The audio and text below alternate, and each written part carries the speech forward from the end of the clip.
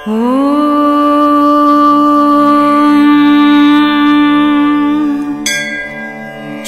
गणेशाय नमः।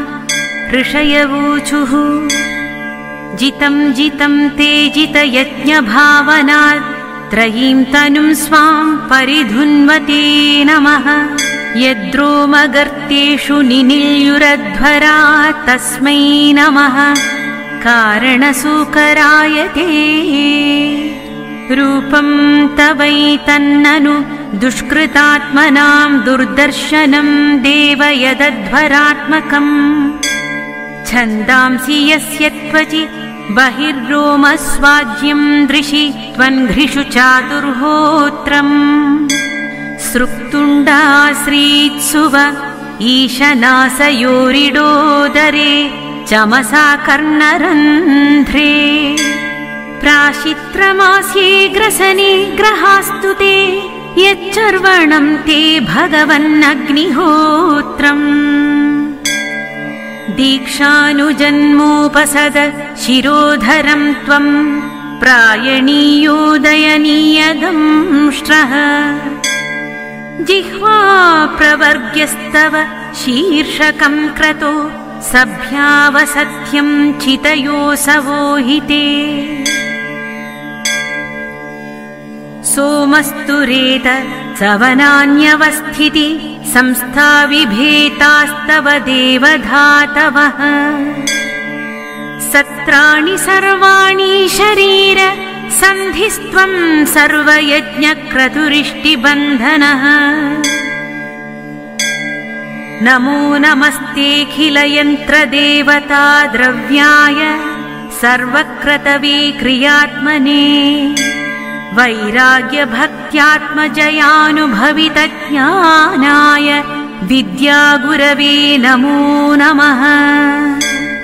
दंष्ट्राग्रकोट्या भगवंस्त्वया धृता विराजते भूधर भूः स भूधरा।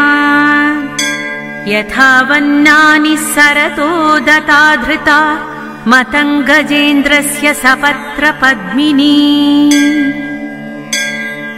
त्रयीमयं रूपमिदं च सौकरं भूमण्डले नाथ दता धृतेन ते। चकास्ति शृङ्गोढघनेन भूयसा कुलाचलेन्द्रस्य यथैव विभ्रमः। संस्थापयैनां जगतां सतस्थुषां लोकाय पत्नीमसि मातरं पिता। विधेम चास्यै नमसा सह त्वया यस्यां स्वतेजोऽग्निमिवारणवधाः। कश्रद्धधीतान्य तमस्तव प्रभो रसाङ्गताया भुव बुद्विबर्हणम्। न विस्मयोऽसौ त्वयि विश्वविस्मये यो मायमेदं ससृजेति विस्मयम्। विधुन्वता वेदमयं निजं वपुर्जनस्तपसत्यनिवासिनो वयम्। विधुन्वतो वेदमयं निजं वपुर्जनस्तपसत्यनिवासिनो वयम्। सटाशिखोद्धूतशिवाम्बुबिन्दुभिर्विमृज्यमाना भृशमीशपाविताः। स वै बत भ्रष्टमतिस्तवैषतेयः कर्मणां पारमपारकर्मणः। यद्योगमायागुणयोगमोहितं विश्वं समस्तं भगवन् विधेहिशम्। इति श्रीमद्भागवतपुराणान्तर्गतं वराहस्तोत्रं सम्पूर्णम्।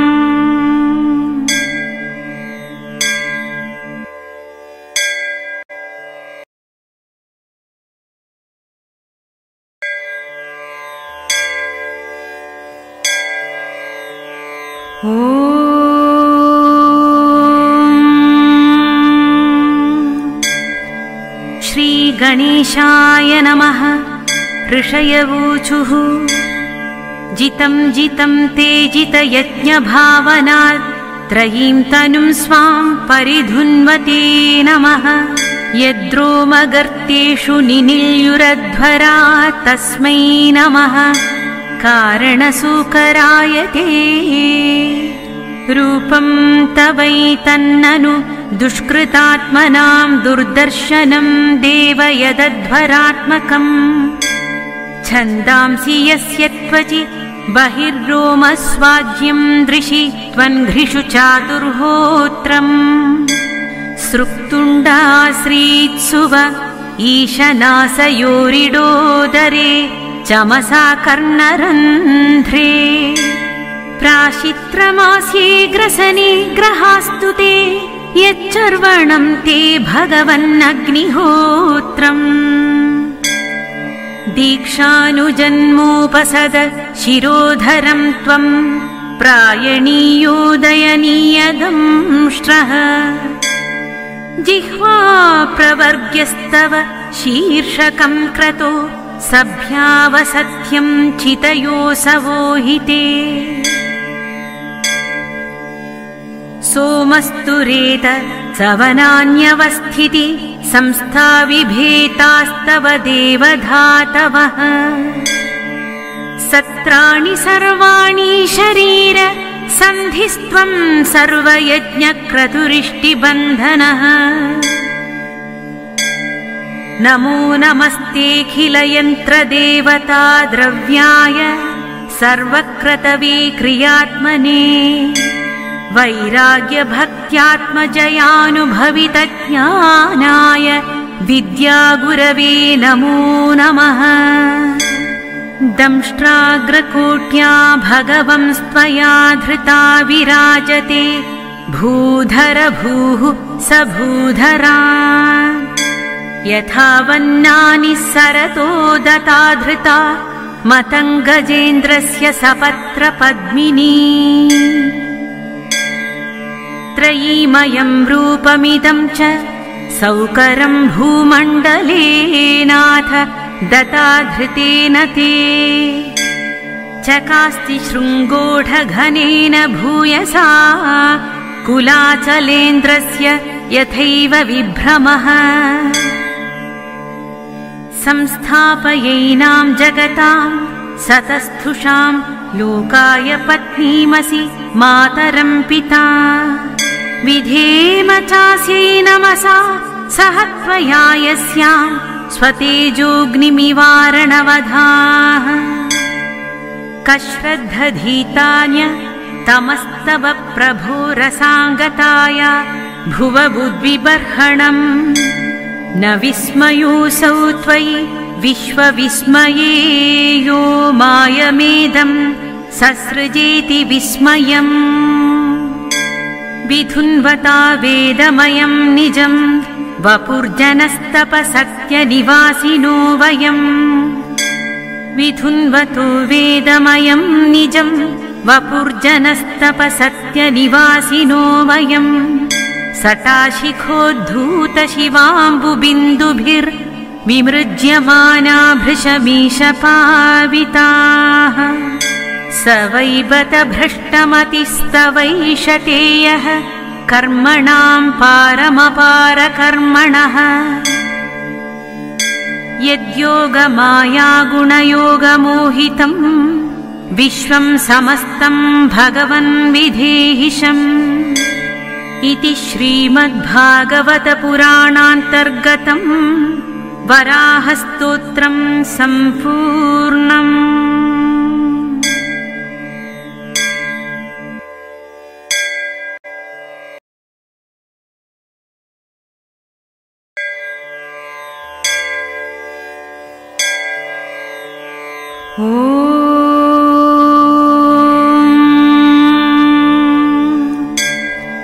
श्रीगणेशाय नमः।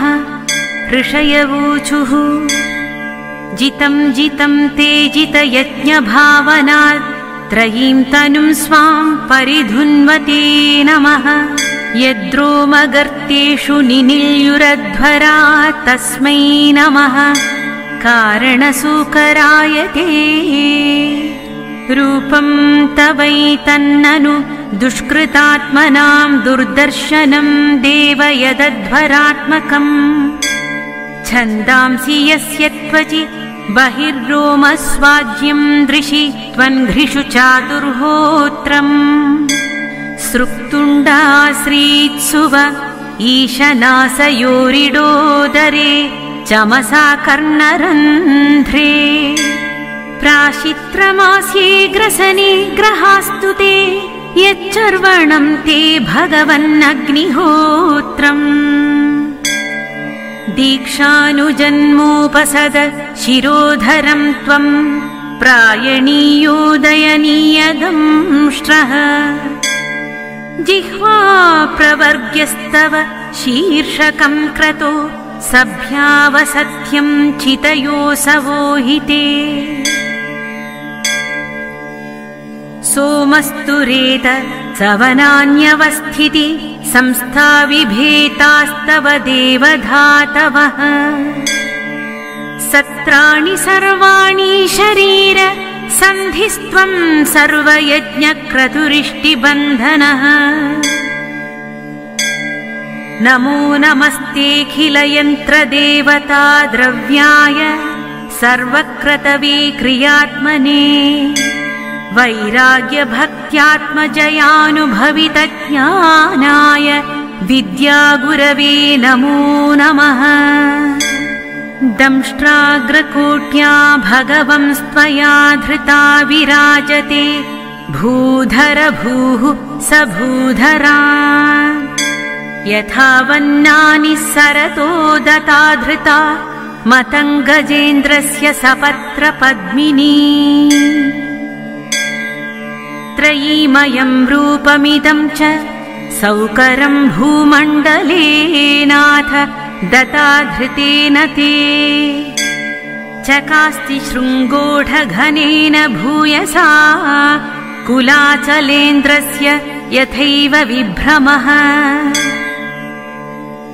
संस्थापयैनां जगतां सतस्थुषां लोकाय पत्नीमसि मातरं पिता विधेम चास्यै नमसा सह त्वया यस्यां स्वतेजोऽग्निमिवारणवधाः कश्रद्धधीतान्य तमस्तव प्रभो रसाङ्गताया भुव बुद्विबर्हणम् न विस्मयोऽसौ त्वयि विश्वविस्मये यो मायमेदं ससृजेति विस्मयम् विधुन्वता वेदमयं निजं वपुर्जनस्तपसत्यनिवासिनो वयम् विधुन्वतो वेदमयं निजं वपुर्जनस्तपसत्यनिवासिनो वयम्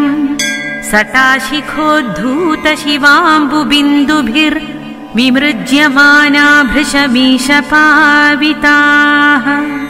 स वै बत भ्रष्टमतिस्तवैषतेयः कर्मणां पारमपारकर्मणः यद्योगमायागुणयोगमोहितं विश्वं समस्तं भगवन् विधेहिशम् इति श्रीमद्भागवतपुराणान्तर्गतं वराहस्तोत्रं सम्पूर्णम्।